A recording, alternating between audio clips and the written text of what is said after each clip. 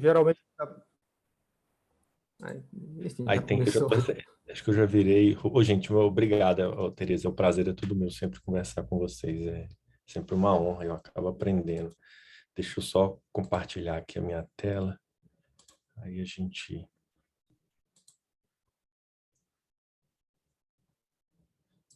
Vocês já estão vendo o meu... Já. Tá, então... Sim, sim. Dá para ver, consegue ver o mouse, tudo certinho? O mouse não tô vendo. O mouse não tá vendo? Tá, peraí, deixa eu... Só vou pedir para... ainda não, para o pessoal que não, né, desligar o microfone, a não ser quando for falar, para evitar ruídos de fundo, né? Eu vou desligar o meu assim que eu parar de falar. Eric, eu continuo sem ver o seu mouse. Tem alguém vendo? Será que é só comigo? Deixa eu ver. Não tô vendo também, aqui, não. continua sem ver, né? Ixi, eu não sei. Tá, bom, eu não sei como é que eu posso fazer, se dá para eu fazer alguma coisa aqui, porque, enfim, então a gente vou tentar aí, vamos ver se funciona sem o mouse, se não, peraí. Você quer tentar parar de compartilhar e compartilhar de novo? Será que resolve? Vamos tentar, se não eu tento o PDF. No Zoom você sempre tem a opção também de botar o pointer, né? Aí o pointer já aparece, né, em geral. Ah, é? É. Peraí, você me explica como é que faz, Nathaniel, eu sou meio devagar aqui. É. No Zoom, tá, vamos tentar compartilhar novamente, aí eu vejo se... Tá, Acho que quando você compartilhar a tela, lá em cima vai ter a opção Spotlight, né? Um negócio assim. E aí você... agora eu vejo seu mouse. Agora vocês estão... Agora eu tô vendo, nesse modo. Vamos ver se eu der o play, vai dar. Aí pode ser uma configuração do Keynote, eu mudo aqui. Aí quando eu dou, vocês continuam vendo ou ele some? Não, ele some. Aí ele some. Então, deixa eu só tentar uma opção rapidinho, senão deve ter alguma... Eu acho que tem uma opção de mostrar o mouse, né, enquanto está na apresentação. Se alguém souber, pode falar também. Mas eu acho que é uma das propriedades aqui. Eu acho que faz até aquele mouse de bolinha, como se fosse um laser também, não faz? O próprio Keynote? Eu não sei como é que faz, mas... Faz, deixa eu ver aqui. Supostamente estava para colocar. Display, tá, supostamente está aqui, mas... aqui, ó. Aqui, beleza. Tá, vamos ver, supostamente essa opção era para fazer. Vamos ver se vai dar certo, pessoal. Funcionou ou não? Agora eu continuo vendo seu mouse, não tá bolinha, não tá mouse, tá? Agora tá beleza. Tem uma bolinha agora ou não? Só tem o mouse? Não, só a seta. Tem o mouse. Beleza, então tá bom. Beleza, aí eu tô admitindo pessoas aqui, porque eu acho que eu virei o host, eu não sei se sou eu. Você tá de co-host, mas pode deixar. Então tá bom. Eu tô admitindo também, não precisa se preocupar. Não, só para... gente, desculpa aí, beleza, obrigado aí mais uma vez pelo convite. Então, hoje eu vou contar um pouquinho de um trabalho que eu tenho feito sobre modelo de Kitaev, tá? Primeiro eu vou agradecer as pessoas que eu colaborei, né? Então, esse é um trabalho que eu comecei quando eu estava em Dresden, com o Matias e com o Lucas, tem uma história, a gente fez esses dois trabalhos aqui. Depois eu fiz uma continuação desse trabalho com o aluno de mestrado, o Pedro, que ele foi aluno de mestrado, agora está lá em Dresden, no grupo do Matias, tá? Mas o que eu vou contar hoje para vocês é mais um trabalho novo que eu tenho feito com outro aluno de mestrado, o Vitor, tá? O Vitor Meirelles, aqui de São Carlos, tá? Então, a gente terminou, o Vitor terminando o mestrado, a gente está escrevendo um artigo, então eu vou contar para vocês os resultados. Então, dado o espírito de que é para fazer perguntas, eu tentei, em vez de falar de duas coisas, falar de uma só para ver se tem mais oportunidade de discussão, tá? Vou agradecer também o financiamento do CNPq e da FAPESP aí ao longo desse processo. Tá, então deixa eu começar esse modelo de Kitaev, né? O interesse vem da área de magnetismo frustrado, tá? Então, quando a gente fala de magnetismo frustrado, uma coisa que vem à mente é sempre essa imagem de um triângulo, né? Então, toda hora que você tiver spins, né, representados aqui por essas setas, interagindo em um triângulo, na verdade, em qualquer sistema que tem loops, né, laços de comprimento ímpar, né, o triângulo é o exemplo mais famoso, e eles interagem de maneira antiferromagnética, você não consegue alinhá-los, tá? anti-alinhá-los, né? Porque aí isso vem, é o que a gente chama de frustração, você não consegue satisfazer todos os vínculos locais. No caso da rede triangular, existe uma saída, né? Os spins formam o que a gente chama de estado não colinear, tá? Que você forma esse estado de 120 graus, mas de maneira geral esse tipo de frustração pode levar a fenômenos mais interessantes, tá? Então aqui esse tipo, né, como eu comentei, eu estou falando de spins, então, tipicamente, se você pensar no diagrama de fase bem genérico, aqui eu coloco o tipo de uma repulsão de Coulomb, né, uma interação de Coulomb, né, ou um termo de Hammond. Então aqui nesse eixo aumenta a localização do elétron, aumentando U, né, eu saio do metal, vou para o isolante de Mott, e aqui eu vou controlando esse grau de frustração, né? Diferentes redes, por exemplo, têm diferentes frustrações. Por exemplo, a rede de Kagomé é mais frustrada que a rede triangular, tá? Então, eu consigo nesse diagrama de fase. Então, genericamente, a gente tem uma coisa desse tipo. Quando eu passo do crítico, vou para o isolante de Mott, geralmente eu desenvolvo uma ordem antiferromagnética, no caso, sem frustração. E quando eu vou aumentando a frustração, eu posso ter o que a gente chama, na verdade, um regime que a gente chama de líquido de spin, tá? Que eu vou discutir um pouco mais o que é esse líquido de spin, mas em poucas palavras, é uma fase que ela... Bom, a primeira característica dela é não ter ordem magnética de longo alcance e não quebrar nenhuma simetria do sistema, tá? Então, isso é interessante. E aí ela tem umas propriedades que são curiosas, que a gente diz que ela tem estações fracionárias. Então, aqui não é nada muito místico, quer dizer que, por exemplo, a estação dessa fase não vai ser magno, né? Magno é a estação de fase tem ordem de longo alcance, tem spin 1, tá? Então, se você tem um sistema magnético que ele não tem ordem magnética, a estação fracionária pode ser, por exemplo, um spin, tem spin meio, a gente vai ver um exemplo como é que isso aparece, tá? E também ela aparece uma ordem topológica, chama de líquido de spin bem associado com uma ordem topológica. Então essas duas propriedades, essas três propriedades a gente vai ver. O modelo de Kitaev, ele também tipicamente tem um emaranhamento, né, de longo alcance, tá? Se a gente pode usar isso para caracterizar as diferentes fases, isso é mais útil para as fases que são líquidos de spins com gap. Não é tanto o nosso caso, então não vou falar muito dessa última propriedade. Tem esse review aqui moderno que é bastante cuidadoso. E só para complementar, o líquido de spin também é curioso, que ele pode, mesmo que, por exemplo, na rede triangular, ela se ordene próximo da transição de Mott, tem um grande debate se não tem uma região em que você tem um líquido de spin, tá? Isso acontece porque aparece em termos frustrantes, efetivamente, tá? Então, é uma área que tem bastante realizações, mas o meu interesse vai ser realmente para o grande sistemas extremamente frustrados, tá?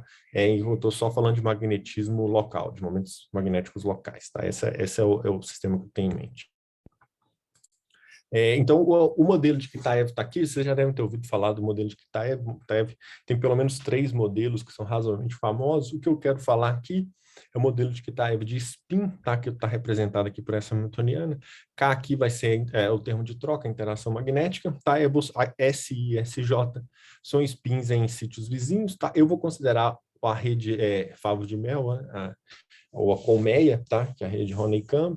Essa vai ser a rede que eu vou trabalhar. O que essa interação, o que esse termo de Kitaev tem de interessante, na verdade, ele é extremamente anisotrópico. Então, assim, na rede de Favo de Mel, que é a mesma rede do grafeno, eu tenho 3 vizinhos, né? Eu tenho 2 sub-redes, mas 3 vizinhos. Então, digamos que eu sento nesse sítio aqui.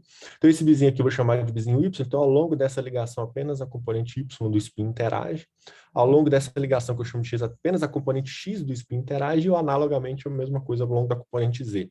Ou seja, é um modelo que a componente ele vai acontecer fisicamente, eu vou comentar mais depois, ele ocorre quando você tem um forte acoplamento spin-órbita, né? Porque a componente do spin está intrinsecamente atrelada à ligação, tá? Esse modelo é interessante, então ele parece um pouco artificial, mas eu vou mostrar depois que ele tem realização experimental, essa é parte da empolgação da área.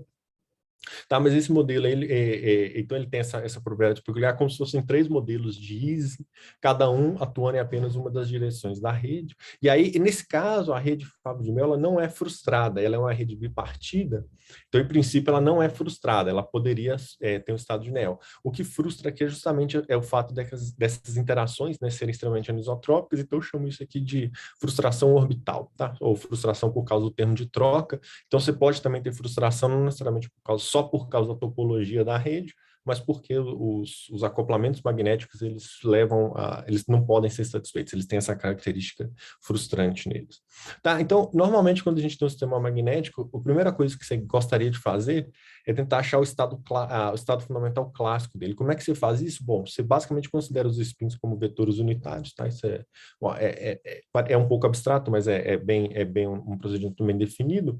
Tá, eu considero os spins como vetores clássicos e basicamente tudo se você vai para esse esse limite, tudo que você tem que fazer para achar o estado fundamental desse sistema é basicamente tomar a transformada de Fourier do acoplamento, é como se fosse calcular a dispersão tight-binding, e procurar o pelo mínimo, tá, desse acoplamento. Então, de maneira genérica, eu coloco aqui um J de Kenke, que é o momento, tá? Então, você vai graficar isso aqui na zona de Brillouin, então essa curva normalmente tem um mínimo, e esse mínimo define o vetor de ordenamento, tá? Então, tipicamente é assim que a gente começa a estudar.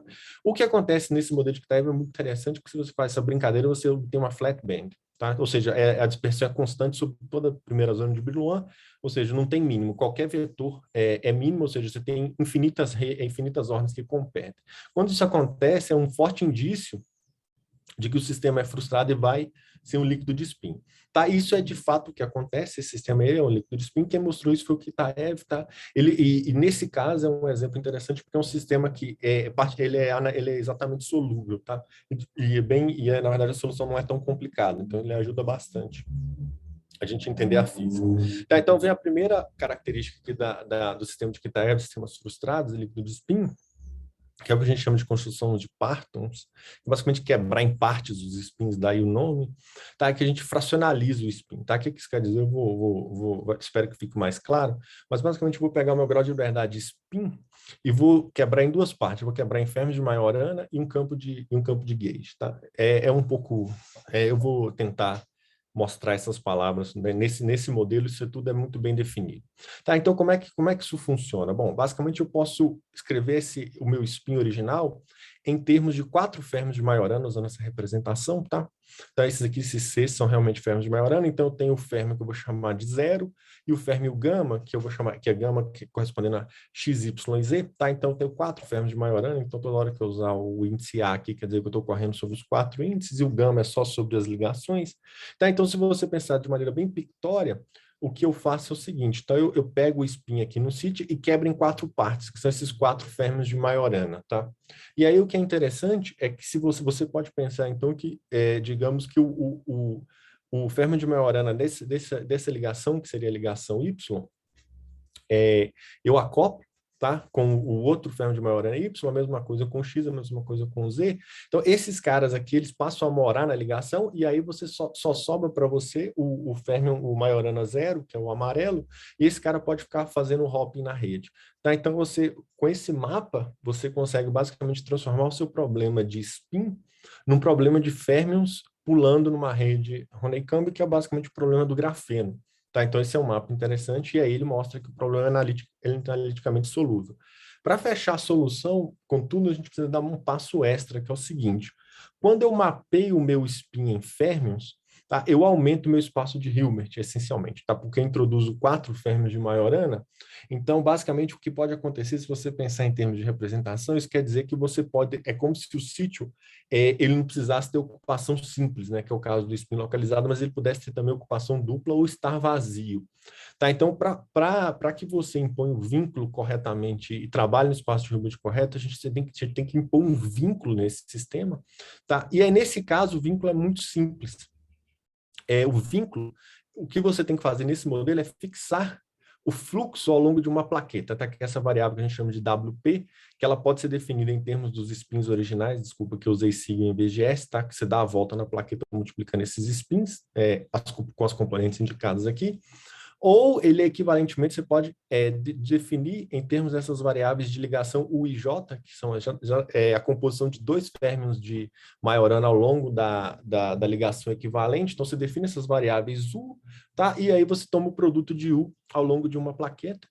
Tá? E aí o que é interessante é que a Hamiltoniana comuta com U, ou seja, esses U são constantes do movimento, e você consegue provar rapidamente que U ao quadrado é igual a 1, né, pelo fato de que C ao quadrado, né, os férmions de Majorana, eles são suas próprias antipartículas, então você brincando um pouco com as relações de comutação, você consegue rapidamente provar que U ao quadrado é igual a 1, e 1 é uma constante de movimento, ou seja, essas variáveis de ligação, elas podem ser mais ou menos 1, e fixar os seus valores, você basicamente fixa o seu fundo, né, o seu campo de gauge, e aí você consegue resolver o problema. Então, realmente, o modelo de Kitaev é analiticamente solúvel por causa disso, e ele tem algumas propriedades interessantes, e também dessa brincadeira aqui, o fato de que também o fluxo em plaquetas vizinhas, elas comutam, tá? Então também elas não só, o fluxo não só comuta com o hamiltoniano, mas também comuta entre si. Isso aqui direto, foi o Bhaskaran percebeu isso pela primeira vez. Você basicamente, aqui você tem que a função de correlação spin-spin em sítios vizinhos, ela só é diferente de zero se os spins compartilham uma ligação, tá? Se os spins não compartilham uma ligação, eles estão longe, né? Se o spin mora em outra plaqueta, como o fluxo nas plaquetas comutam entre si, essa função de correlação spin-spin é zero. Então, a função de correlação spin-spin aqui é ultra local, tá? Ela basicamente só existe no primeiro sítio. Tá? Essa aqui é a função de correlação spin-spin estático. Então, aí já tem duas características do modelo de Kitaev. Primeiro, ele não tem ordem de longo alcance, né? A função de spin-spin é extremamente de curto alcance, e a gente conseguiu fracionalizar o spin aqui, tá? E as excitações aqui vão ser Fermi de Majorana, ou seja, não é Magno, tá? Então aqui esse modelo ele ilustra todas essas propriedades interessantes. Aí uma coisa que agora a pergunta que a gente tem que fazer para resolver o problema, o modelo, é qual seria o valor dessas variáveis U, que a gente no linguajar aqui queria dizer, eu tenho que fixar o estado de fluxo, tá? Então, a pergunta é qual é a configuração dessas variáveis de fluxo que minimiza a energia. Em princípio, esse é um problema complicado, ele não é óbvio, né? Você poderia ter uma configuração de fluxo complexa que minimizasse, mas aqui tem um teorema de Lieb que não se aplica diretamente, mas pode ser aplicado nesse caso, que ele diz que, basicamente, se você tem uma rede bipartida, você tem que ter um estado de fluxo zero, geralmente vai ser o estado de menor energia. Tá? Então, aqui é verdade. Então, o que isso quer dizer nesse caso é que você coloca todas aquelas variáveis U simplesmente igual a 1, e aí você realmente tem um problema de férmions, tá? Pulando numa rede Honeycomb, que voltamos a ser o grafeno. Então, aqui eu boto a dispersão do grafeno próximo do ponto de Dirac, né? Então, a gente tem os cones de Dirac, e aqui, então, aqui é só a parte de baixa energia, e está aqui a densidade de estados, né, do problema. Como é Majorana, eu tenho só metade do espectro, né? Só vou considerar só a parte positiva, tá? Então, só tem a parte positiva, aqui tá a parte linear, tem a singularidade de Van Hove. Tá? Esse daqui acaba sendo o espectro, tá bom? Então, essa é a parte interessante. Então, a densidade de estados o grafeno. Só que aqui o problema ele é um pouco mais interessante. Quer dizer, o grafeno é muito legal, a gente vai usar várias coisas aqui. Eu particularmente aprendi muitas coisas do grafeno estudando esse tipo de problema, mas não é só o grafeno. Tá? Por que não é só o grafeno? Pelo seguinte motivo. Se você pensar numa excitação física, você vai ver que um negócio interessante acontece.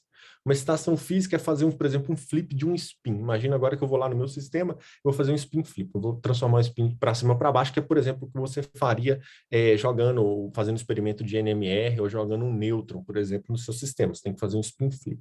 E aí, como o spin é fracionalizado, acontece um negócio muito interessante, que quando você faz um spin flip, então se você fizer um flip de um spin, digamos, ou do I ou do J, faz um spin flip aqui, você vira esse bonde. Então, essa excitação no problema é um pouco mais complexa. Além dos fermos de Majorana que você gera, ao fazer um spin flip, você necessariamente troca o sinal dessa ligação. Então, o U aqui passa a ser -1 e você a gente fala que você cria um par de fluxos. Tá? Ou seja, nessas duas plaquetas aqui que estão divididas com aquele spin que você fez o flip, você gera esses fluxos -1, então você gera estados de fluxo. Isso é interessante. Então, as excitações físicas, se você quiser pensar no seu sistema, elas vão ter duas partes. Vão ter as partes dos Majoranas, que é basicamente o grafeno, mas também tem essa parte do fluxo, que a gente vai chamar de gap do Wison. Tá? Wison é um nome meio gozado aí que o pessoal dá para esse tipo de excitação, porque isso aqui seria um vórtice no modelo de Ising, tá? Mas, de qualquer forma, o que eu vou chamar de Wison é essa coisa de criar esses fluxos, e eles sempre vêm aos pares. E aí, agora, por exemplo, esse número é conhecido, você pode calcular a energia nessa situação em que você tem cria dois fluxos e comparar com a energia de salto fundamental, então você chega à conclusão que esse gap, para criar esse par, é de 0,27K, em que K é a constante de troca de Kitaev. Então, se você calcular agora o fator de estrutura dinâmico, que está mostrado aqui, tá? Como função do ômega, ele, na verdade, abaixo desse gap do Weiss, ele é zero, porque você tem que pagar esse gap para causar excitações. Então, toda essa energia que está aqui, né, basicamente energia zero, ela vai ser jogada aqui para essa energia do gap do Weiss, então você ganha esse pico aqui, tá? E depois você tem outras propriedades, esse é o fator de estrutura. Então, o modelo é muito parecido com o grafeno, mas tem essa sutileza que o faz ser bastante interessante. E com isso a gente pode dar um palpite das quantidades físicas. O calor específico, ele não vê o gap do Weiss, porque as excitações do Weiss são exponencialmente suprimidas, elas não entram em baixas temperaturas. A única coisa que importa aqui são os maioranas, perdão, é que o calor específico é proporcional T ao quadrado, não T, é C sobre a constante de Sommerfeld, que vai com T, eu peço perdão. Se você calcular, por exemplo, a suscetibilidade estática em sistemas finitos, ela vai ser basicamente inversamente proporcional a esse gap, vai ser tipo uma resposta de Van Vleck. Se você quiser, você tem uma resposta de um paramagnetismo de Van Vleck, alguma coisa nesse sentido, vai ser uma coisa constante, tá? E também, se você calcular 1 sobre T1, que é a resposta de NMR, tá? Ela vai ser exponencialmente suprimida abaixo dessa escala aqui do Weiss. Porque, de novo, essas duas quantidades, o gap do Weiss não entra porque elas entram na excitação de spin. Essa daqui você consegue, o calor específico não consegue medir só a excitação dos maioranos. Então, essa daí tem umas coisas bastante interessantes nesse modelo, que vem desse gap do Weiss. Tá? E aí, por último, né, para terminar essa introdução, a gente pode fazer a seguinte coisa. Eu posso agora pensar o que acontece com esse modelo de que daí só aplica um campo, tá? Um campo magnético externo. Uma coisa bem bacana acontece que é o seguinte, então esse aqui era o modelo original de dispersão do grafeno. No espectro dos maioranos, um campo externo, ele abre um gap, tá? E não é um gap qualquer, na verdade é um gap topológico, tá? Se você aplica um campo magnético, você consegue ver que, na verdade, esse é um gap topológico, e aí o sistema passa a ter um número de Chern que é igual a mais ou menos 1, dependendo do sinal do campo. Na verdade, você consegue mapear esse problema num capa aqui, que depois eu vou discutir melhor, que é um hop efetivo entre segundos vizinhos, então ele tem essa forma, ele vai com o campo ao cubo dividido por aquele gap ao quadrado do Weiss. Tá? Mas isso o que é importante é que, então, se você pensa no modelo, então ele se torna isolante topológico, você aplica um campo, ele se torna isolante topológico, e aparecem modos de bordas aqui quirais, tá? Maioranas, só que claramente esse modo de borda aqui ele não carrega carga, né? Porque a gente está falando isolante, mas ele pode carregar calor. Tá? Então você espera, por exemplo, que a condutividade térmica Hall seja quantizada, e a quantização não seja em um inteiro, mas seja em um semi-inteiro, porque quem carrega essa corrente de calor não é um elétron, mas sim é um fermo de Majorana, que é meio elétron, né? Então basicamente aparece um meio. Tá? Então essa é a expectativa, tá? da condutividade térmica, e está aqui, se você fizer o cálculo, né? Está aqui o estado de borda, dá para calcular o que Taev calculou, você consegue calcular a dispersão desse estado de borda de Majorana, ele depende dessa quantidade de capa aqui, que é basicamente que é proporcional ao campo. Dá para quando você tem só para os especialistas, quando você aplica um campo arbitrário, você quebra a integrabilidade do sistema, mas perturbativamente você ainda consegue resolver o problema, e aí essa é uma solução essencialmente perturbativa. Tá? Mas, de qualquer forma, ela tá correta, e a gente espera que, pelo menos no que diz respeito à topologia, né, a fase deveria ser estável, então a gente espera que essa fase exista. E aí o que é interessante é que, recentemente, tem um material que está que esse tricloreto de rutênio, tá? As pessoas, então esse material ele é um material que a gente chama de Van der Waals, então eles são camadas da rede favo de mel empilhadas, tá? Então ele é basicamente 2D. A temperatura, se você não aplicar um campo magnético, na verdade ele não é um líquido de spin, ele se ordena numa fase de listras, que a gente chama de zigue-zague, tá? Mas é uma fase antiferromagnética, ele é um pouquinho mais sutil do que o NEL, mas enfim, é uma fase colinear. Tá? A gente consegue entender bastante, essa fase é bem estudada. Isso quer dizer que o modelo que descreve esse material não é só Kitaev, tem termos extras, mas aí o que é interessante é que se você aplica um campo magnético, você suprime essa ordem, tá? E aí, em vez de o sistema ir para a fase polarizada, né, fase ferromagnética, em que o sistema, todo mundo aponta na direção do campo, parece uma fase intermediária entre dois campos, que a gente tem uma fase topológica. Tá? E aí, nessa fase intermediária, as pessoas mediram justamente a condutividade térmica Hall, que eu chamo aqui, e o que eles observaram é realmente que quando você chega nessa fase intermediária, que está entre mais ou menos entre 9 e 12 Tesla, você vê que essa condutividade Hall é quantizada. Aqui tem um zoom dessa região, tá? Na direita. E aqui as pessoas medem para 2 direções do campo, para ilustrar que realmente o sinal do núcleo de Cherney muda. Então, isso aqui é um bom, ótimo indício que a física de Kitaev está operante aqui nesse sistema, e você obtém esse estado topológico como deveria. Os experimentos aqui, a temperatura é bastante baixa, não coloquei aqui, mas é da ordem de alguns Kelvin. Não chega a ser milikelvin, são entre 3 e 7 Kelvin, tá? É mais ou menos, só para vocês terem uma ideia, esse TN aqui é 14 Kelvin, tá? Então, só para você ter uma ideia das escalas de energia envolvida. Tá? Então, tem vários trabalhos aqui já que foram feitos, mas isso é um bom indício de que o modelo de Kitaev é relevante e que essa fase topológica pode ser observada. Tá? Não vou dizer que foi, porque ainda tem bastante debate, essas coisas levam tempo, porque os materiais são complicados, mas aqui é um ótimo indício.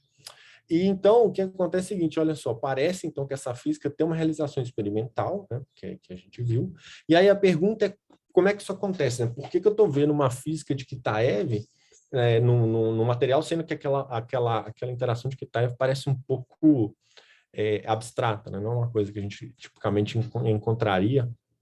No material, geralmente a gente espera uma interação de Heisenberg, né? Uma coisa mais isotrópica, mas aqui o Jacquel e o Caliuli, eles perceberam que se você tiver uma combinação de fatores, o termo de Kitaev pode aparecer. Então, quais são as combinações de fatores? Primeiro, você deve procurar materiais que são 4D ou 5D. Normalmente, a gente trabalha com muitos materiais 3D, como os cupratos, cobalto. Eles são fortemente correlacionados, porque a função de onda deles é mais próxima do núcleo, e geralmente o spin-orbita é fraco. Nesses materiais 4D e 5D, a repulsão colombiana é nominalmente menor, mas eles têm um forte acoplamento spin-orbita porque eles são mais pesados. Então, essa é a primeira dica. Então, o spin-orbita tem que operar, né, porque o modelo é anisotrópico. Então, o que você faz? Você pega um orbital D com 5 elétrons, você vai trabalhar num campo cristalino octaedro, então você vai quebrar, né, esses orbitais em estados T2G e E2G. O E2G você vai esquecer, porque ele vai estar com energia muito alta. E aí, beleza, então aqui eu tenho o estado T2G, o spin-orbita, tipicamente ele é maior que a repulsão de Coulomb, porque é pequena. Esse spin-orbita ele vai quebrar esse estado T2G em um estado de momento efetivo 3,5 e um estado de momento efetivo meio, tá? Com um único spin, ou seja, aqui pense que aqui eu tenho uma banda em semi-preenchimento.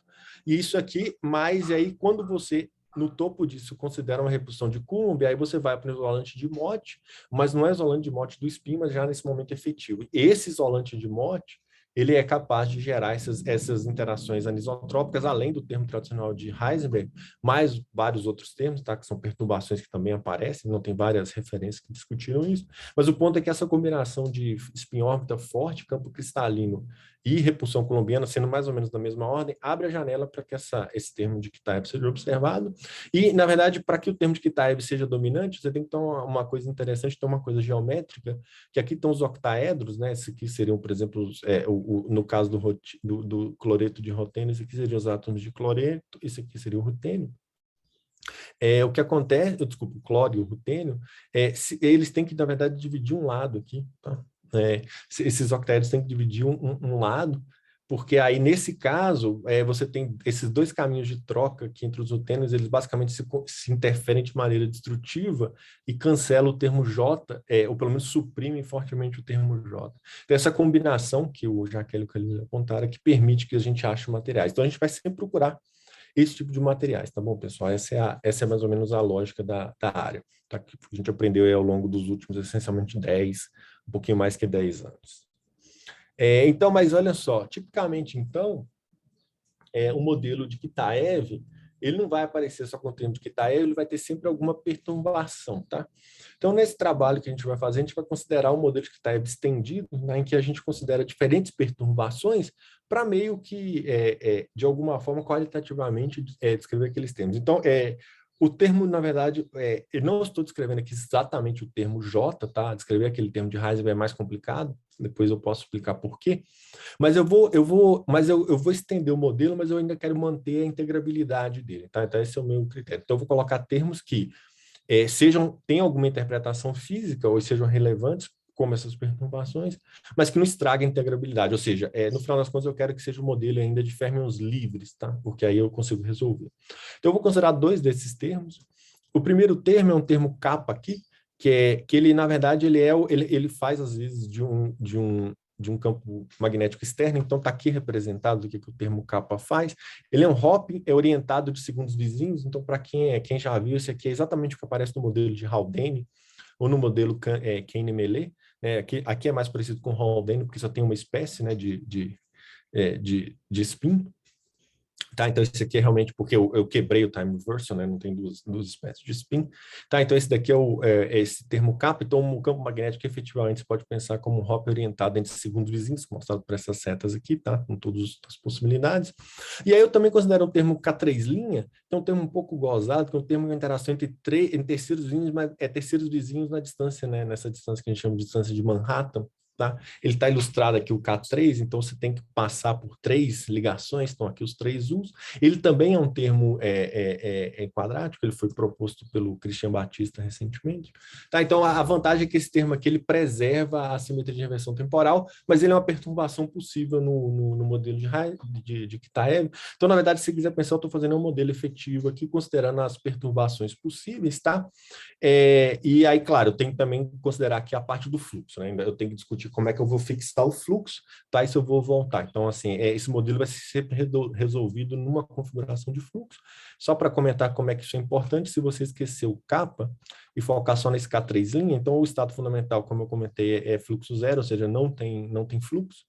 Todos os operadores são igual a 1, mas se você aumentar o K3', um valor, por exemplo, de 1/8, o estado fundamental agora passa o que a gente chama, eu vou chamar de um fluxo, ou seja, eu tenho um fluxo por plaqueta, então essas ligações vermelhas são as ligações que o U é -1, tá? Então esse tipo então o K3', por exemplo, ele faz isso, ele muda o estado fundamental de fluxo, ele faz outras coisas, mas só para você ter uma ideia de que tipo de perturbação que eu estou considerando, mas o importante aqui é que eu tenho uma que quebra a simetria de reversão temporal, a outra que preserva. Então, a gente pode brincar um pouco, isso aí seria para estudar esses modelos de Heisenberg, Kitaev, ou o modelo de Kitaev estendido. Tá? Então, esse daí é um tipo de perturbação.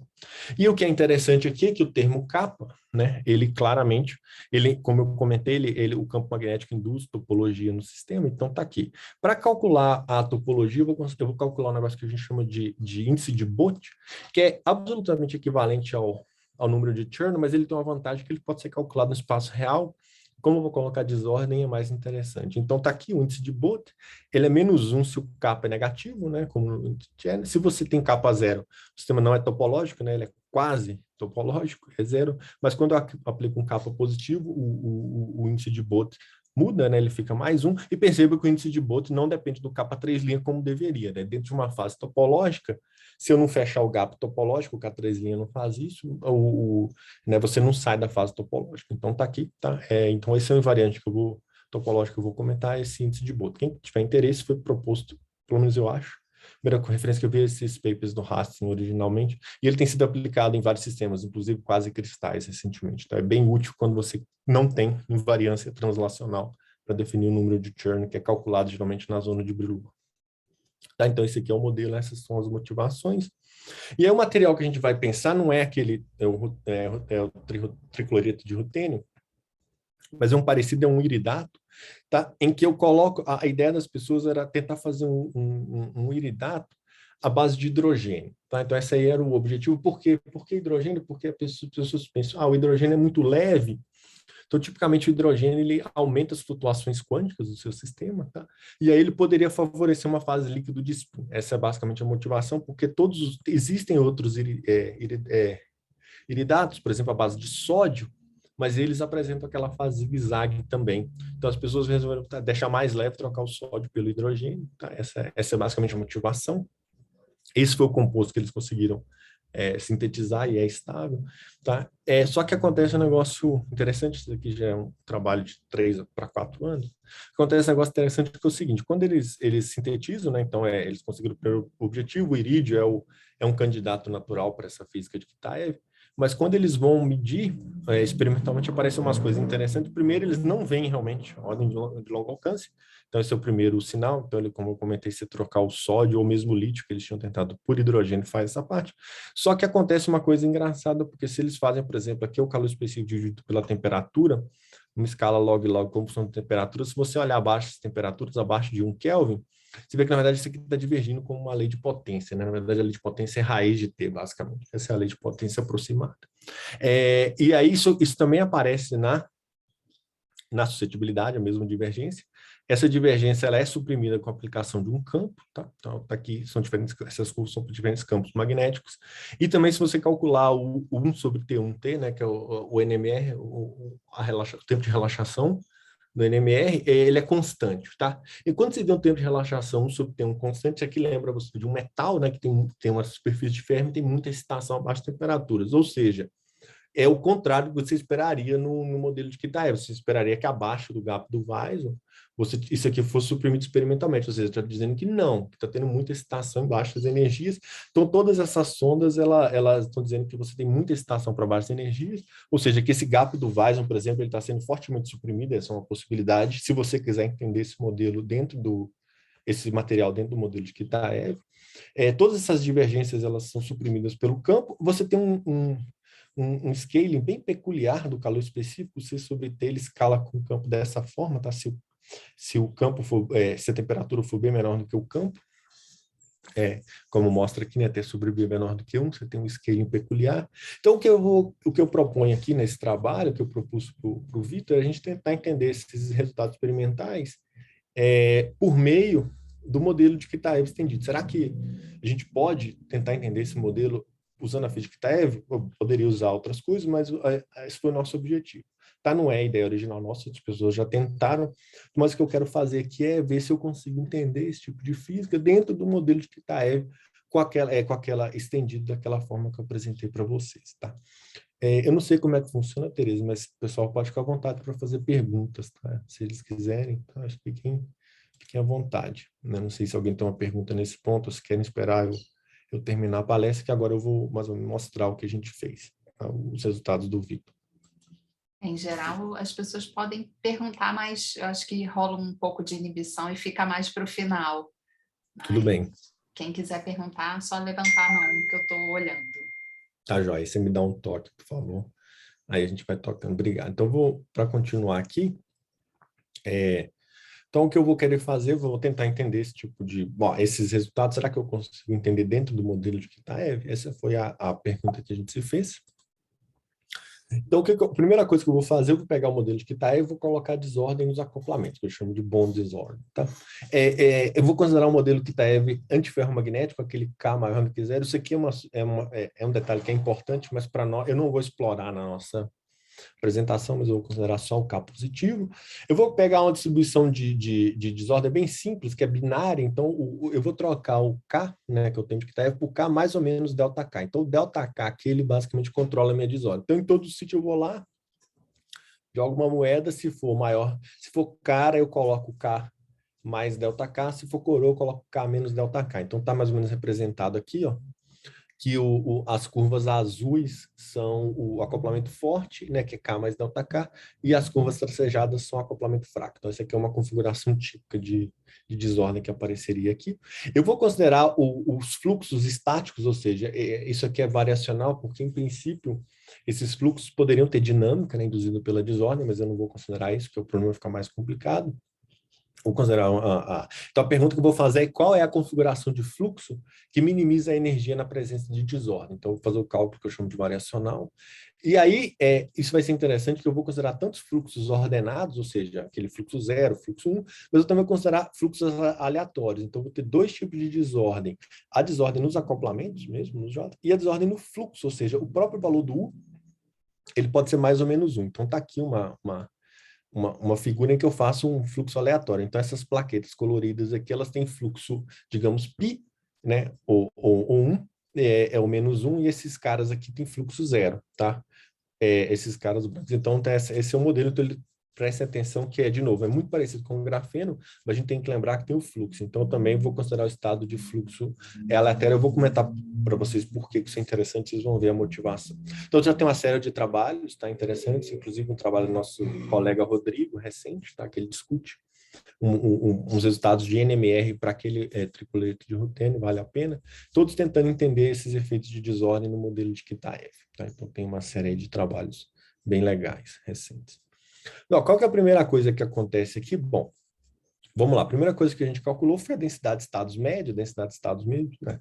Simplesmente calcular o histograma do espectro, tá? Foi o que eu Foi o que eu fiz. E aí a gente percebe uma coisa interessante, né? Se você tem essa linha tracejada aqui, é o que eu faço para fluxo zero, tá?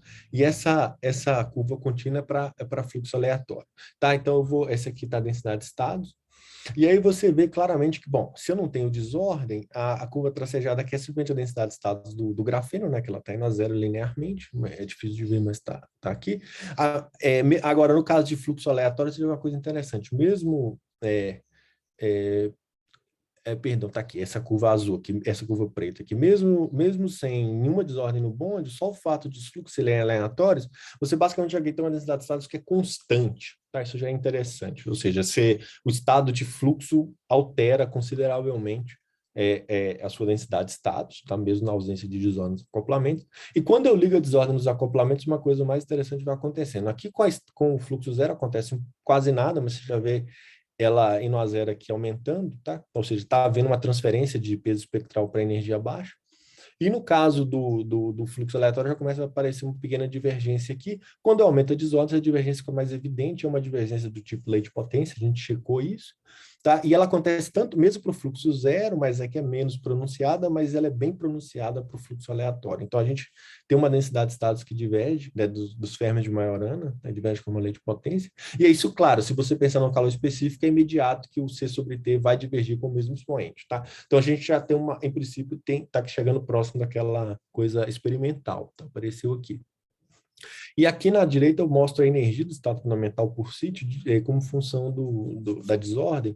E a gente vê essa curva preta é sempre o fluxo zero, ou seja, o fluxo zero ele sempre vai ganhando, ele sempre é a menor energia, mas quando eu vou aumentando a desordem, tem o que eu chamo aqui o fluxo, bom, tem vários estados de fluxos aqui, mas o que a gente está interessado nesse fluxo aleatório seria essa curva verde aqui. Você vê que na medida em que eu vou aumentando o ΔK, todo mundo vai ficando dentro da barra de erro, ou seja, acima de 0,6, a gente vê que, na verdade, todos os estados de fluxo eles ficam parecidos, e aí o estado de fluxo aleatório passa a ser representativo, né? Porque se todo mundo está degenerado, então o estado aleatório parece ser bastante representativo para desordem alta. Então, ou seja, para desordem alta, realmente a gente parece poder esperar a presença de leis de potência nesse problema, né? Porque o estado de fluxo aleatório ele parece ser um estado competitivo como estado fundamental do problema, isso já foi considerado anteriormente por diferentes autores, tá? Então essa é a ideia, está contida nesse cálculo variacional.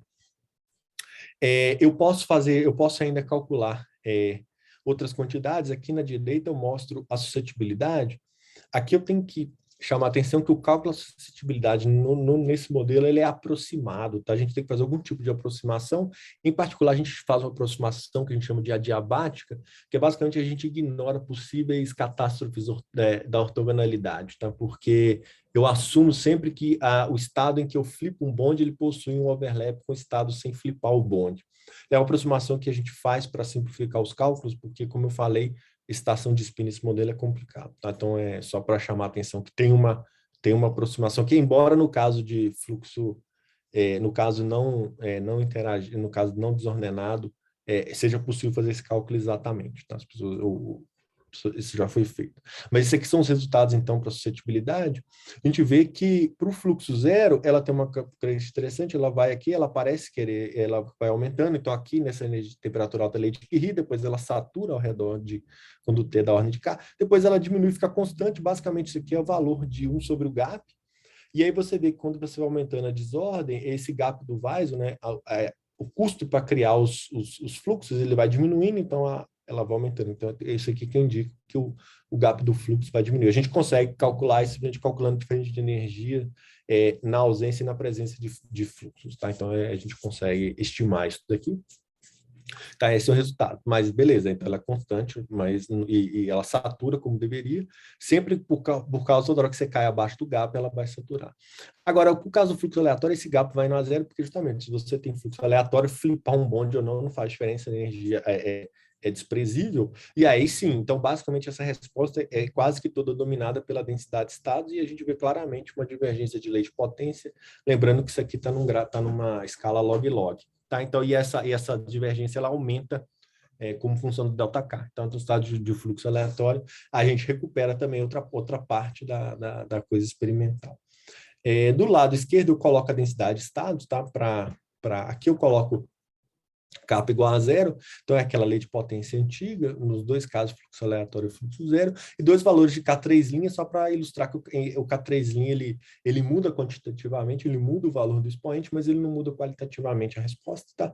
Já o kappa, né, que faz às vezes do campo magnético, muda qualitativamente, porque primeiro que a coisa que ele faz é, se você tem um fluxo aleatório, ele tipicamente suprime, né, a divergência, tá? Ela fica menos pronunciada, mas se você tem um caso de fluxo zero, ele realmente abre um gap no espectro, ou seja, esse aqui é o comportamento do caso limpo, ele persiste agora no caso desordenado, então a densidade de estados ela continua com um gap no Majorana, que é o gap topológico, tá? Que é o gap topológico que abria ou seja, o gap topológico do sistema limpo, ele persiste na presença de desordem nos acoplamentos, porque essa é uma desordem que preserva a simetria partícula-buraco, e ela não destrói, não enche o gap, tá? O gap topológico permanece. E aí, se a gente pode comprovar de outras maneiras, perdão, antes de discutir essa questão do gap, né, topológico, aí eu quero tentar, então, pensar na seguinte coisa. Bom, eu tenho uma divergência de lei de potência do calor específico e da suscetibilidade, elas divergem com a mesma potência.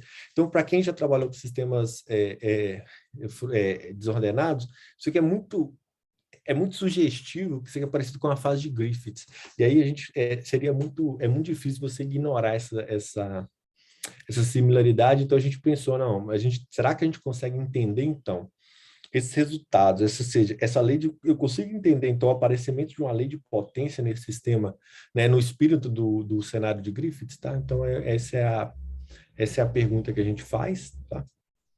Então, eu vou tentar, foi uma brincadeira que a gente fez, e a resposta é sim, tá? E funciona da seguinte maneira. O que eu faço? Eu vou imaginar a seguinte situação, tá? A pergunta que eu quero responder é, eu consigo gerar uma lei de potência para a densidade de estados? Tá? Como é que isso aparece? Bom, aparece da seguinte maneira. Imagina que eu tenho esse aqui é o meu sistema, tá? Que está em azul.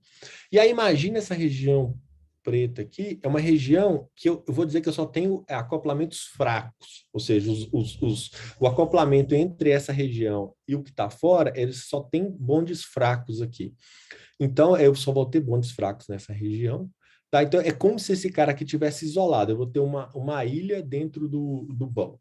É claro que a probabilidade de eu encontrar uma região de tamanho L, né, cujo perímetro seja só formado de bondes fracos, é fácil de calcular. A probabilidade de ter um bonde fraco é meio. Se eu vou ter isso aqui, o tamanho dessa região é proporcional ao tamanho, então isso aqui é basicamente o meio elevado a L, que é o tamanho da região. Eu posso reescrever isso aqui da seguinte maneira, exponencial de menos log 2L, ou seja, ela é exponencialmente suprimida no tamanho da região, ou seja, vai com a área dessa região, né? Eu estou falando, ou seja, no caso 2D vai com o perímetro. Aí eu posso pensar agora qual que seria o gap de energia dentro dessa região. Aí eu faço a aproximação padrão, eu vou pegar e falar qual que seria, então, eu diagonalizo um sistema, né, de tamanho L, com condições abertas de contorno, né, porque eu estou imaginando que ele está desconectado, e calculo, então, o gap, né, ou seja, eu sei que se o sistema for infinito, esse gap é zero, né, porque eu tenho, para K igual a zero, porque eu tenho os cones de Dirac, mas no sistema finito, né, como as bordas do sistema se veem, elas hibridizam e abrem um gap. E aí, não de maneira não muito surpreendente, esse gap, né, para todos os estados, pelo menos 4 estados de fluxo que a gente testou, ordenados, esse gap é suprimido de maneira exponencialmente no tamanho da região, ou seja, quando as bordas vão ficando longe, o overlap entre as funções de onda das duas pontas vai caindo a zero e a gente recupera o bulk, né? Mas se a função de onda da borda se vê, ela hibridiza e abre um gap, tá? Que é exatamente esse gap. Bom, mas aí aqui a gente tem um resultado que a gente quer, que a gente tem um gap que é exponencialmente pequeno no tamanho da região, misturado com a probabilidade de encontrar essa região que também é exponencialmente pequena. Então, se você calcular a densidade de estados, que é basicamente integrar sobre todos os tamanhos possíveis de região, né, com a probabilidade do tamanho, e calcular a energia, né, da excitação para aquele tamanho, né, que tem essa mesma dependência, bom, aí é fácil fazer a continha, você vai ver que essa densidade de estados é uma lei de potência, tá? Diverge com uma lei de potência. O expoente, nesse caso, dá para calcular aqui como Basicamente é 1 menos log 2 dividido por alfa, em que alfa é o expoente que controla o decaimento. Tá, então, pessoal, isso daí a gente consegue entender fazendo essa brincadeira. Contudo, esse não é o resultado assintótico. Esse problema basicamente de desordem no hop e no grafeno já é estudado com um grau de precisão absurda. A densidade de estados em baixíssimas temperaturas, na verdade, tem essa forma, tá? É 1 sobre E e um log de 2 tempos. O que acontece é que dificilmente essa forma é vista numericamente. Numericamente, você sempre está meio que nessa fase aqui nesse crossover, vamos dizer assim, que você vê a lei de potência. Tá? Mas a resposta correta é essa, mas a escala de temperatura é baixíssima e não é relevante nem para o numérico, nem para os experimentos. Tá? Então, só para chamar a atenção que esse argumento é bonitinho, mas ele é só um crossover. Tá? Ele não é a resposta final. As pessoas estudarem isso com bastante cuidado, mesmo antes do grafeno. Tá? Era um problema que as pessoas já conhecem. Então é isso. Então, bom, imediatamente eu tenho uma lei de potência, tá? Bom, para a densidade de estados, e aí a gente pode fazer as brincadeiras de Griffith tradicionais, que é o quê?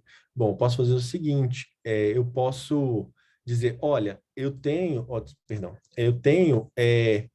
vou assumir o seguinte, eu vou assumir então que o meu gap do Weiser ele é muito pequeno, né? Como eu observo lá experimentalmente, né, porque eu não vejo nunca nada exponencial, esse Weiss não aparece, então se você ignorar esse gap do Weiss, falar que ele é muito pequeno, muito menor do que as temperaturas experimentalmente relevantes, a gente tem uma densidade de estados que diverge de maneira exponencial, tá, para baixas energias. Se você considerar um padrão de fluxo estático, né, como eu tenho feito, bom, aí toda o maquinário da fase de Griffith você pode aplicar. Né? Então, você pode perguntar qual que é o número de spins livres a baixas temperaturas. Bom, aí é fácil, porque se a energia, se a temperatura é maior do que a energia, basicamente esse camarada está livre, né? Então basta que integre quanto é o número de spins livres entre 0, ou pelo menos a temperatura do gap do Weiser, que é muito pequena, até a temperatura T.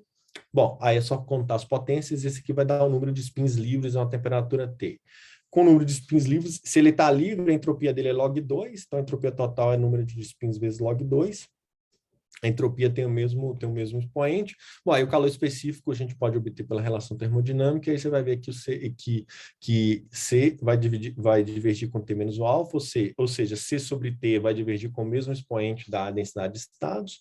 E, analogamente, você tem que a suscetibilidade, né? Você pode pensar que cada uma dessas ilhas lá é um spin livre, tá? E ele também ele tem a resposta de Curie. Aí você tem, de novo, a suscetibilidade estática também diverge da maneira esperada.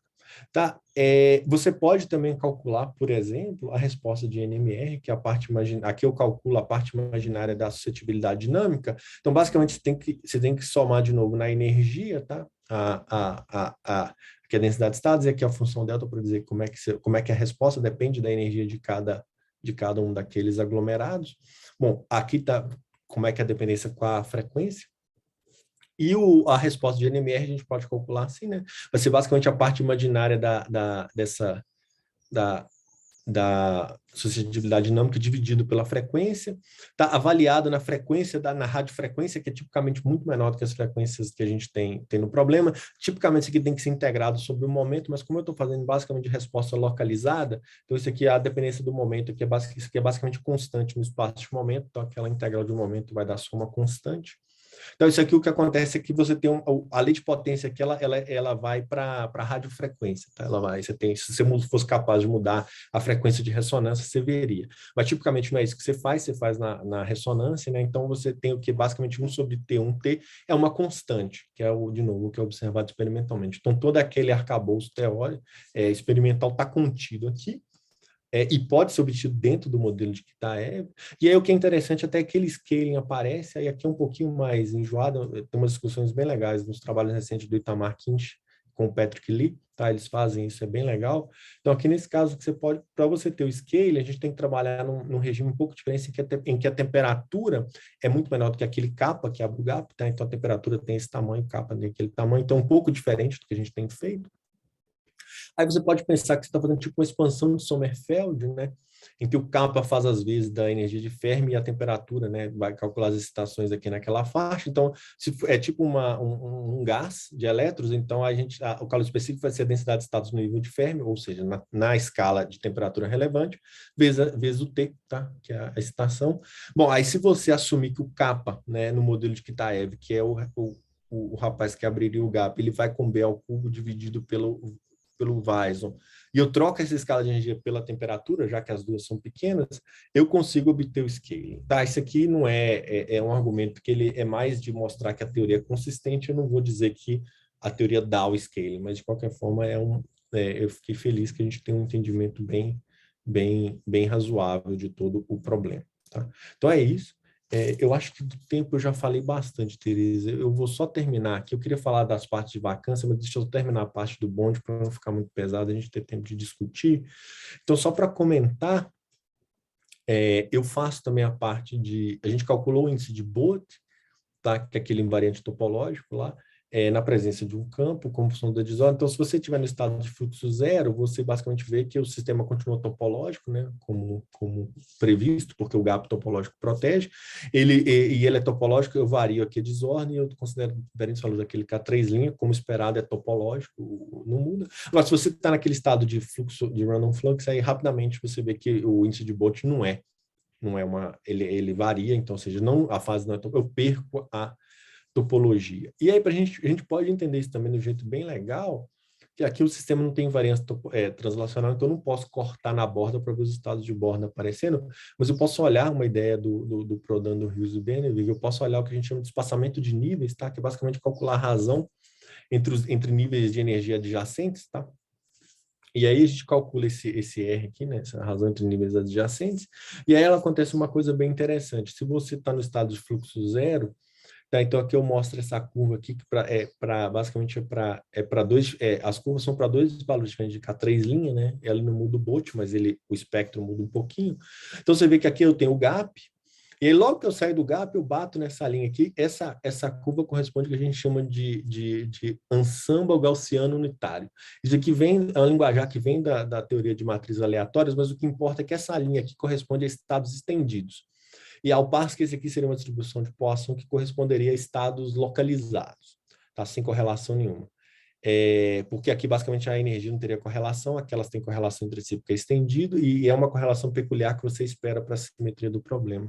Então você vê que logo quando você sai do gap, você bate no estado aqui, que é um estado estendido, que seria o estado que a gente interpreta como estado de borda, tá? Ele existe logo após o gap, que é onde é a interpretação que a gente tem. Mesma coisa se você mudar, que é outro valor de desordem, então a mesma fenomenologia. Então esse estado aqui seria o estado de borda, que aparece nessa análise de níveis. Ao passo que no estado, quando você está no fluxo aleatório, que você não tem fase topológica, você não vê esse estado, tudo que você vê, o gap é destruído, e aí você vê um estado aqui querendo tocar, tá? Mas ele basicamente o que vai acontecendo é que a expectativa que ele está vendo, ele começa a descer, a expectativa é que esse estado, efetivamente, ele se localiza quando a gente aumentar o tamanho. Então, aqui não tem essa proteção topológica, realmente essa análise de níveis de espaçamento de níveis é consistente. Tá? A gente fez também... Oi. Uma curiosidade, esse espaçamento de níveis você pega os dois mais baixos? Porque aqui você tem um índice N, que a princípio poderia ser qualquer um, né? Boa pergunta, não. A gente varia todos, Tereza. O que a gente faz é o seguinte, então é sempre entre níveis adjacentes, né? Então aqui eu sempre vou pegando níveis adjacentes, variando todos, começando do primeiro. Tem uns truques aqui para calcular essa média. Aí você faz a média depois, é isso? Isso, eu faço a média sobre, digamos, 10 ou 20 ao redor, entendeu? Só para não ficar um negócio muito localizado. Você tem que fazer um truque aí, geralmente a gente pega 10, exatamente, é o valor médio. E aí, em princípio, você consegue varrer todo o espectro. Então, tanto é que para energia alta, que está na borda da banda, você vê que é mais localizado, como você espera, né? Então, se você quisesse interpretar isso daqui, é como se tivesse uma borda de mobilidade aqui. Né? Por exemplo, essa curva vermelha aqui é estendida, aqui é localizado. Lembrando que nesse aqui a gente está falando do ensemble unitário em duas dimensões, então pode ter estado estendido, né? Porque basicamente a mesma classe do efeito Hall inteiro, tá? É um pouco diferente do que a gente está acostumado. Mas é isso. Então, isso é uma ferramenta interessante para estudar a localização de Anderson. As pessoas aí aqui o nosso foco, na verdade, é o estado estendido que a gente está atrás seria o estado de borda, né? Então, assim, a expectativa é se a topológica tem que ter o estado de borda e ele apareceria aqui. Tá? Essa é a brincadeira. Então é isso, pessoal. Tem mais coisa para falar, mas eu peço desculpas que eu acho que eu fiquei muito tempo na introdução, eu acabei não tendo tempo de contar a parte legal, que é de vacâncias, aí para não sobrecarregar vocês, tá aqui, quem quiser a gente pode discutir, é bem bonita a física. Eu vou deixar aqui na conclusão, tá? Então, que eu discuti um pouco o modelo de Kitaev, que ele tem uma coisa legal, que ele é um líquido de spin, ele apresenta esse fenômeno legal de fracionalização, então a gente tem ferros de Majorana e fluxos. Eu argumentei que ele é relevante para esses materiais 4D5 e 5D5, tá? Então ele tem possíveis realizações experimentais, só que nunca no experimento vai ser só Kitaev, tem perturbações, mas eu tentei argumentar que a gente consegue entender e fazer progresso mesmo na presença delas, e que talvez desordem seja relevante para entender a física desse material de Kitaev, a gente pode tentar entendê-lo partindo de um modelo de Kitaev com desordem, tá? Essa é a parte que... Claro, podem existir explicações alternativas, mas essa acaba sendo consistente. E aí é legal que eu mostrei que o líquido de spin, aparece essa lei de potência, né, que é o que você espera na fase de Griffiths, que é um negócio interessante, então aqui a fase de Griffiths apareceria a partir de um líquido de spin, o que é curioso, né? Normalmente você espera que ela sempre apareça perto de pontos críticos quânticos, mas aqui, na verdade, o líquido de spin é uma fase especial, então a gente pode, já aparece dentro dessa fase. E eu argumentei que a gente consegue entender isso em termos do cenário usual de Griffiths, de novo, mesmo não invocando a proximidade de uma transição, mas por causa desse caráter de líquido de spin do problema. E aí o que eu mostro, se você tiver desordem nos acoplamentos, a gente não vai ter quantização, né? Provavelmente você não vai ter o efeito Hall térmico, porque basicamente, se você vê a divergência, né, se você vê as divergências tanto no C, quanto no calor específico, quanto na suscetibilidade, isso tipicamente é mais consistente com o estado de fluxo aleatório, que é inconsistente com topologia. Tá? O estado de fluxo aleatório. Mas isso não é verdade, por exemplo, se você colocar vacâncias, se você tirar sítios, você ainda pode ter essa fenomenologia da lei de potência, mas você ainda consegue manter uma topologia, né? Então, isso é interessante, isso aqui é uma coisa que a gente não foi uma surpresa, tá? Então, ou seja, experimentalmente, se aquele material, se as pessoas fossem capazes de medir a condutividade térmica, que é um desafio, é possível, isso seria um negócio interessante, porque se ele fosse quantizado, seria um forte indício de que você tem uma descrição em termos de Kitaev, que o defeito mais relevante são vacâncias, que é o que eles acreditam naquele composto. Gente, com isso eu agradeço a atenção de vocês, peço desculpas por ter falado um pouquinho mais, passado um pouco do tempo, tá? Estou aberto aí a perguntas. Obrigada, Eric. Muito boa a sua apresentação. É bom falar mais na introdução mesmo, né? A ideia, né? Tem muito aluno aqui que ajude a entender, eu acho que ajudou bastante. Estou vendo o Raimundo já de mão levantada aí, então... Oi, Eric, obrigado pelo seminário, fantástico, muito interessante. Eu queria entender algumas coisas assim mais gerais, né? Por exemplo, você tem alguma coisa equivalente a um critério de Harris? A minha resposta imediata seria que não, porque, bom, tem que pensar um pouco mais, mas assim, a minha experiência, aí eu venho da experiência trabalhando em sistemas frustrados, né? O critério de Harris, tipicamente, ele vai ser violado em sistemas frustrados. Pois é, exatamente. Porque eu acho que aqui, tipicamente, se você quiser pensar nesses termos, é difícil, Raimundo, porque primeiro que o critério de Harris vai estar associado com a presença de ordem de longo alcance, que a gente pois não exatamente. Aí, isso aí a frustração... A frustração tipicamente complica. A pergunta é boa, não é sem propósito, porque como você tem a fase de Griffiths, você poderia pensar, né? Você poderia começar a brincar com essas coisas. Tem transições, o modelo de Kitaev, ele não é... porque, bom, são muitos detalhes, então eu acabo que eu não quero, né, falar de tudo. Espero que eu tenha, pelo menos, passado a mensagem. Mas o modelo de Kitaev, ele tem uma coisa interessante aqui, Raimundo, que, olha, esse aqui é um diagrama de fase do modelo, você pode fazer esses acoplamentos de Kitaev anisotrópicos. Uhum. Então, eu estou trabalhando bem no centro do triângulo, em que eles são completamente isotrópicos. Mas você tem essas fases aqui em que, por exemplo, um acoplamento domina sobre os demais, Aí, nessa fase, o espectro dos Maioranas é gapeado. Então, isso aqui é equivalente àquele modelo do código tórico, que tem toda uma história por trás. Então, você pode pensar nessa transição aqui como sendo a responsável pela fase de Griffith, sabe? A proximidade seria dessas transições. A gente checou isso e é razoavelmente consistente. Mas aí eu não sei se eu conseguiria pensar no critério de Harris, mas a gente poderia pensar nessa transição. Aí seria um critério de Harris em t igual a 0, alguma coisa assim, mas aí é um pouco mais complicado. Mas eu acho que dá para pensar, daria para pensar equivalentemente, né? Porque eu não tenho a quebra de simetria, mas eu tenho um gap que define um comprimento de correlação, né? Poderia brincar por aí, Raimundo. Exato. Por aí. O argumento começa com o comprimento de correlação. Isso, exatamente. Essa coisa, eu estou dentro de uma fase, ou seja, se o gap estiver fechado, eu estou na fase B, se ele estiver aberto, eu estou na fase A. Aí eu vou chegando, funciona. A gente brincou, dá para ir por aí. Agora, eu não pensei que está de Harris, mas basicamente esse é o motivo. Legal. Essa foi a ideia. Bem interessante. Obrigado. Imagina, obrigado a vocês. Mais perguntas? Eu tenho uma pergunta, assim, uma coisa que eu me perco um pouco. Você mencionou que o modelo de Kitaev tem bandas não dispersivas, né, as flat bands. Mas aí, quando você passa, né, para essa representação de Majorana, eu perdi essas bandas não dispersivas. Eu fico assim, o que acontece? Como é que eu vejo essas bandas não dispersivas, né? Isso é uma coisa que eu falei para ajudar, mas acho que confundiu. O que acontece é o seguinte, Tereza, essas bandas não dispersivas, elas são muito especiais, elas são, na verdade, eu estou falando de um limite diferente no qual eu trabalhei na apresentação toda. Isso aqui é no limite clássico. Seria, para quem já trabalhou com magnetismo, seria o que a gente chama de método de Lutz-Diettisa, tá? Então, a ideia é a seguinte, eu te dou um modelo de spin e te pergunto, qual que é a ordem desse modelo? Aí, como é que normalmente você pode atacar esse problema? Um jeito mais ou menos geral é o seguinte, você vai lá, simplesmente toma a transformada de Fourier dos acoplamentos, então, tipo, como se fosse um modelo Tide-Bind, né? Você diagonaliza, toma a transformada de Fourier dos acoplamentos. Então, você tem, entre aspas, uma dispersão, aí você fala, então eu procuro um mínimo dessa coisa e falo que meio que é como se eu falo, todos os magnons vão condensar naquele Q, então eu vou ter um estado ordenado determinado pelo mínimo. Então, esse é um jeito geral de tratar problemas de magnetismo.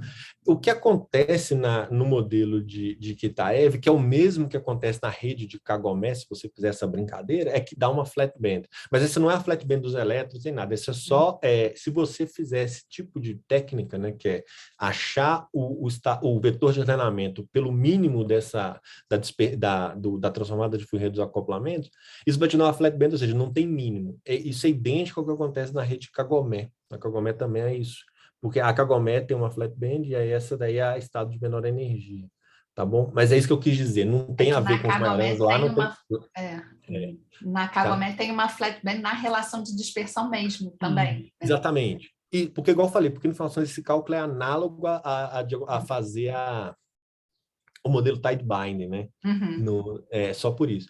É que aqui tem que tomar cuidado que o modelo Tide-Bind que como eu falei, é mais complicado, porque primeiro são Majoranas e segundo aí tem os fluxos. Aí a dispersão vai dar grafeno mesmo, não é. Mas é um negócio gozado aqui, é interessante essa coisa. Mas isso que eu quis dizer, Tereza, perdão, entendi. Não era para confundir. O modelo não tem flat band, não tem nada, é grafeno mesmo.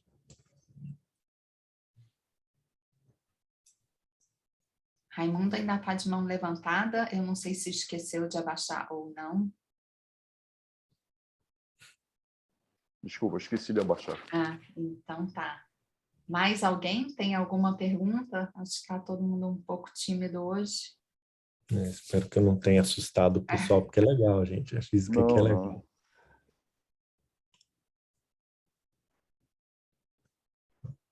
Isso aí tem solução exata de alguma maneira? Tem. Essa solução é exata, Raimundo. Esse modelo de Kitaev aqui, essa solução é absoluta. Isso aqui é exato.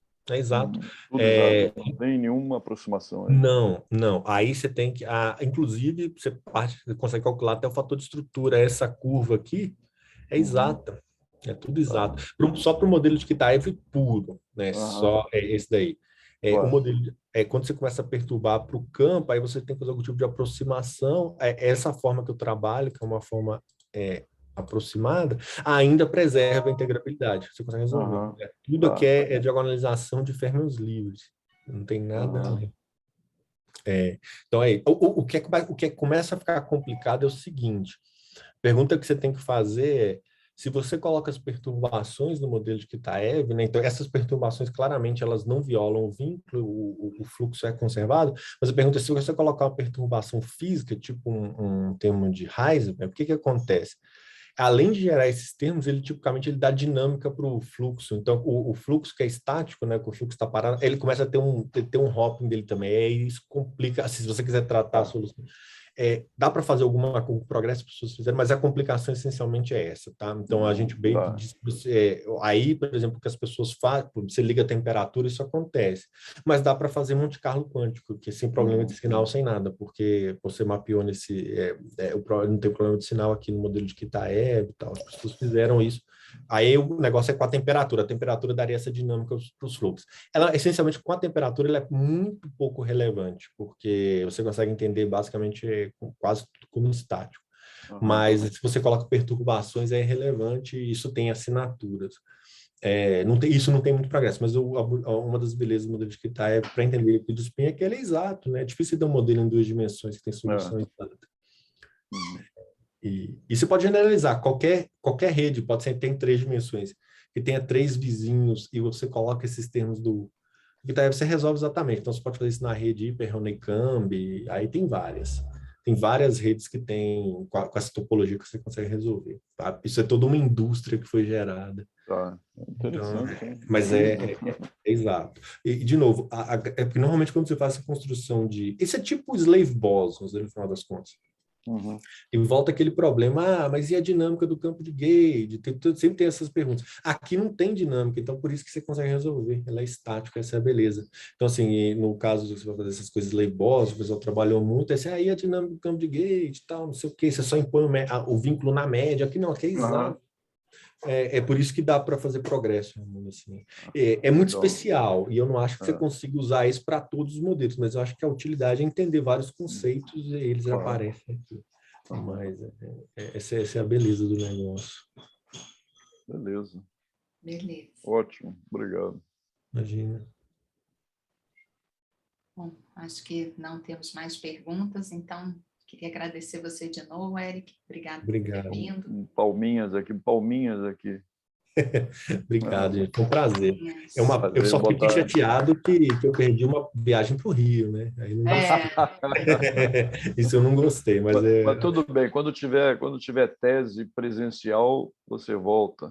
Tá jóia. Ou para um seminário, quando a gente voltar para o seminário presencial, né? Beleza. Eu só espero que isso não cancele uma viagem para o Rio. Não vai cancelar, não. Mas assim, não. Mas agora é conveniente não ter que viajar. Viajar é bom, mas assim, poder fazer essas coisas à distância também é gostoso. Gente, obrigado. Mas nada substitui a conversa que a gente tem assim. Não. Presencialmente, né? Eu acho que é particularmente verdade para essas áreas de seminário, ou mesmo conferência, né? Aquele cafezinho lá. Tal, sentar numa mesa, discutir com papel. A gente aprendeu bastante, assim, dá para fazer muita coisa remota, mas tem coisa que ainda faz falta. Valeu, Eric. Obrigado, hein? Gente, muito obrigado. Valeu. Tchau. Um abraço. Até a próxima. Obrigada, Fiquem todos bem. Eu espero que a gente possa se reencontrar em breve, pessoal. Acho que está acabando, né? Tomara, estamos nessa. Um beijão para todas e todos e a gente se vê por aí, pessoal. Tchau. Tchau. Obrigado.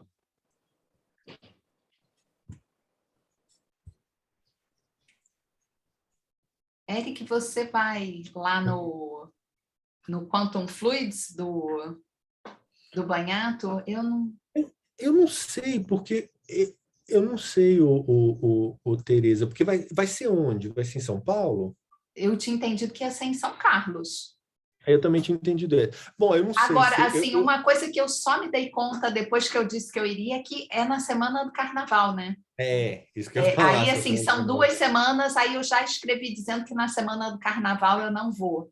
Assim, eu detesto Carnaval, não sou uma pessoa carnavalesca, mas é uma questão de princípio. Para mim, assim, quem tem filho não trabalha Carnaval, né? Eu ia falar, não, porque tem uma questão de família. Assim, não é nem filho, né? Quem tem família em geral, essa coisa de família. Que você tem que abrir mão de tudo e levar uma vida monástica para fazer física.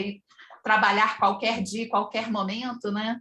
Eu discordo, e eu, em geral, sou bem incisiva com essas coisas, né? Então... Eu brinco com os meus alunos, USP até 6 horas da tarde, fim de semana, manda e-mail, eu não respondo. Eu não respondo. Coisa de aula, assim, segunda-feira. Eu só respondo quando é urgente, assim, alguma coisa que acontece administrativo. Senão, só na segunda, às 8 da manhã. Gente, Senão, assim, esse momento remoto está sendo mais puxado por isso, né? As pessoas marcam reunião 7 da noite com uma frequência. Eu não vou. Eu não vou. Não, hoje a Malena, assim, você pode falar 9h30 da noite? Eu falei, não, Malena, eu não posso falar 9h30 da noite. Tudo bem, ela tem filho, ela se enrola. Não, mas... Depois que eu ponho para dormir, eu falei, não, mas 9h30 da noite, sexta-feira, eu quero estar vendo Netflix, entendeu? Se eu não sair de casa... Ou eu tô bêbado, ou eu tô saindo de casa, não é para não estar trabalhando. Pois é, e tá nessa vibe, né? De vamos trabalhar, marca 7 da noite, 7, né? Eu tive essa semana, acho que 2 vezes reunião 7 da noite. Porque eu entendo, né? Eu até entendo essa carga administrativa, tal, que agora tá até leve para mim, né? Mas entendo, mas não dá, senão a gente fica maluco. Eu não sei, Tereza, eu tenho que olhar essa questão, porque inicialmente o Vanderlei tinha me convidado, mas aí ele não me convidou para segunda. Ok, eu não tenho nenhum problema com isso. Mas o Amir que me escreveu essa semana para perguntar o que eu ia fazer para não ter muito overlap. Eu acho que eu não terei muito overlap com o Amir. Aí eu vou ver, aí certamente se vocês vierem eu vou fazer questão de assistir tal.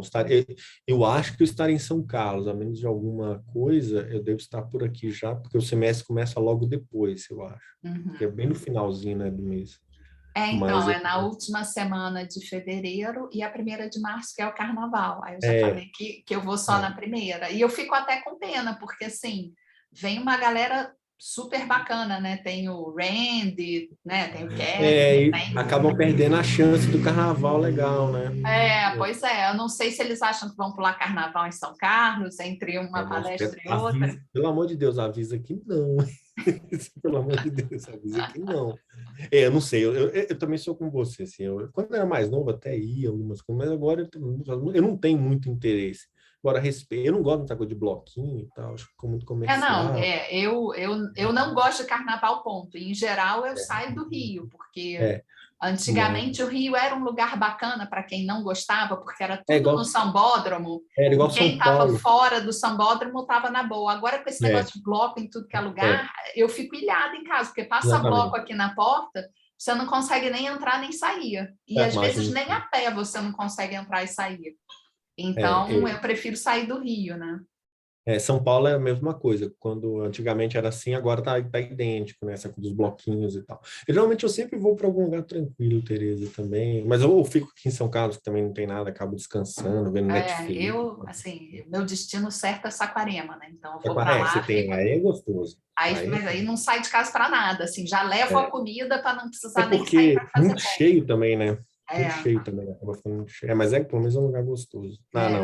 Eu não sei, depois você me avisa, eu vou ver a programação certinho, certamente eu vou fazer questão de assistir você, o amigo, quem mais... Pois e a princípio, a Mônica que me escreveu pedindo para eu dar um mini curso, e aí eu tô bem assim, cara, o que é de interesse, né, das pessoas, porque... Muito difuso, né? Eu achei meio difuso. Então, também, assim, não adianta ser de interesse e não ser do meu domínio, né? Porque... exatamente, né? Tem várias coisas que são interessantes, mas daí...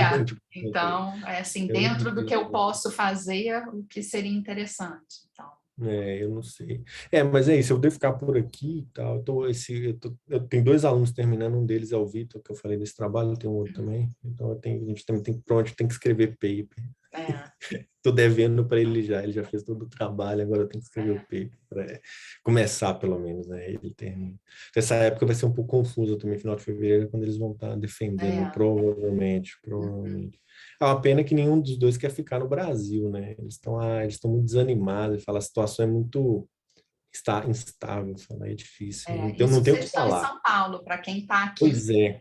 A gente está zerado de grana, né? Mandou o Universal na maior expectativa para agora cortarem todo o dinheiro do Universal. Não, isso então exatamente o que eles estão reclamando é disso, falando, não dá para fazer plano, né? Porque os meninos são de Brasília, na verdade. Então, assim, eles ainda pensam, e eles ficaram em São Paulo só 2 semanas, depois eles voltaram. Então, assim, eles sabem muito bem como é que funciona o sistema. Não dá para confiar. Aí ficam assim... falar... Confiança em 2022 mudar tudo, mas assim, a coisa pode desandar de tal maneira que para reconstruir vai... Exatamente, porque eu acho, assim, embora a estupidez do brasileiro possa me surpreender, né, é sempre possível, mas mesmo que o Bolsonaro perca, que eu torço muito, é muito difícil, porque você vai vários anos de reconstrução, ele vai tocar nós. Assim, a inflação já está subindo, né? Tem 1000 questões que se colocam aí. Você uma reconstruir assim, pô, o orçamento do CNPq destroçado, tem que recompor aos poucos, não é assim, no primeiro ano vai ser aquela loucura, é isso aí, a gente está aí para reconstruir, entendeu? E aí, puta, lutar para 4 anos, sei lá, 8 no melhor do cenário, depois vir um outro maluco que nem o Bolsonaro, aí não dá, então a gente não aguenta essa. Então eu entendo lá dos alunos. E é muito ruim. A estupidez, assim, não tem limite. As pessoas acham que é bonitinho, né? Fazer arminho, então aí. Escolha difícil, eu fico puto com os membros do PRP aqui de São Paulo. Escolha difícil. É difícil. É isso agora, pô. Né, de escolha difícil. É o que a gente está passando, cara. Para com isso, né? Eu cresço. Mas, enfim, vamos ver. Estou esperando. Mas eu estou um pouco ainda, eu estou bem... Eu não falar com você que eu não estou tranquilo, não. Não, tranquilo, acho que ninguém está, né? Mas eu acho assim, pelo menos ver o Bolsonaro desabando nas pesquisas dá um certo...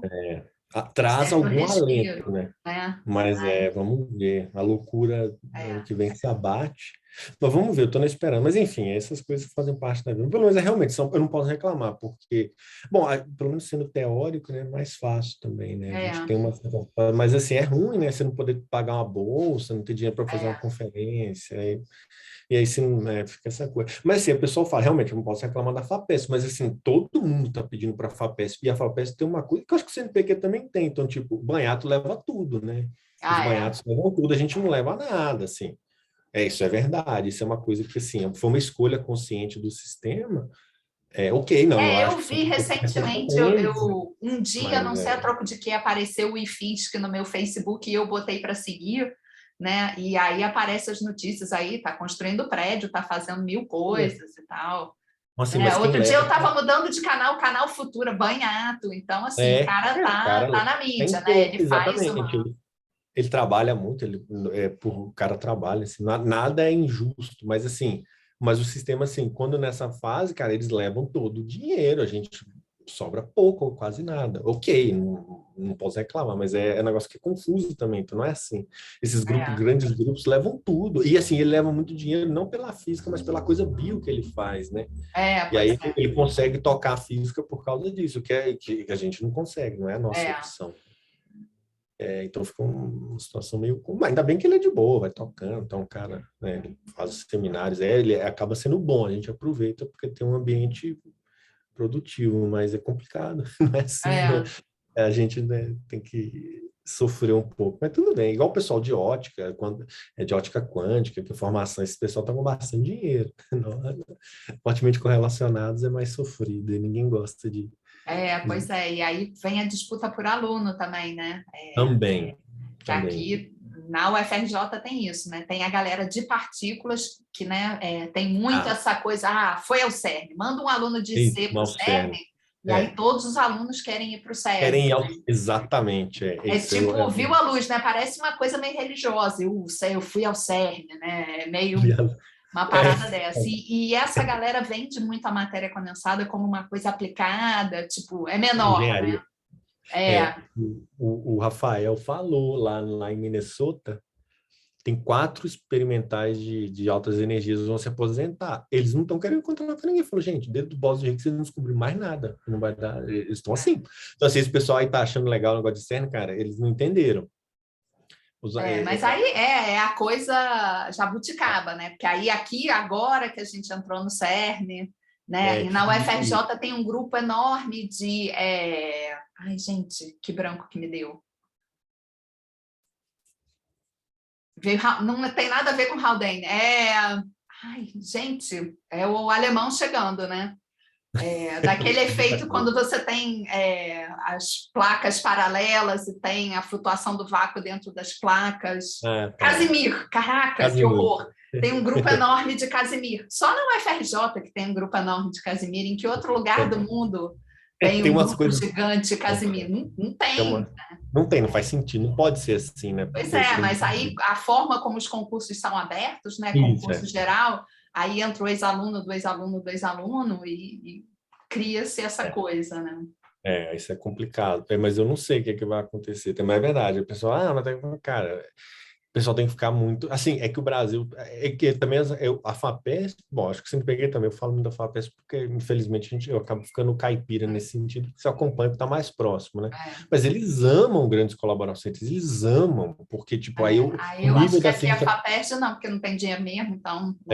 Mas eu acho que eu imagino que você também deve se aplicar o CNPq, isso que eu ia dizer, que também não está sem dinheiro, mas a lógica, acho que permeia todas essas pessoas. Falar, eles amam, porque a pesquisa é de alto nível. Claro, tem 200 pessoas no paper, Pois mas é de alto nível. E tem também do Projeto OG, que é do Science Cosmos, tem outros, né? Outros N, que é a mesma coisa. Assim, de novo, não eu acho que tem que fazer, não é esse o ponto, mas as pessoas, eles falam, não, gente, mas isso não é o nosso objetivo final, né? A gente não pode falar que achar que isso está fazendo pesquisa de alto nível. Não está. Não tá, porque isso daí é parte, é importante, aprende, mas é isso. Então, essas pessoas amam, o índice H é 70, sei lá, cara. Pois e aí aparece nesses índices todos aí, né? Então, assim, os 1000 mais citados, aí aparecem os brasileiros, aí tudo de partículas, né? Não, assim, de novo, eu acho que é mérito, mas ele tomar cuidado, assim, não tá fazendo bem no sentido assim, não, beleza, eu acho que o mérito é importante você fazer as colaborações, mas não é isso. Então, tem umas pessoas, às vezes, mentem e sabem que estão mentindo, né? Especialmente os gestores de ciência, que é isso que eu falo. Então, assim, esses caras acabam ganhando um dinheiro violento, né? E o retorno deles é certo, né? Por causa dos experimentos. Mas, enfim, Tereza. Mas vamos levando, o resto tá tudo bom. Esperar o ano acabar agora, para a gente ver. Beleza. Tereza, obrigadão. Espero que o pessoal tenha aproveitado. Acho que sim, eles ficam meio com vergonha quando é alguém de fora, assim, não pergunta muito, mas acho que aproveita. Deus. Tá joia, Tereza. Obrigadão, beijo. Tchau, Você, tchau. bom fim de semana. Para Até você mais. também. Tchau. Tchau.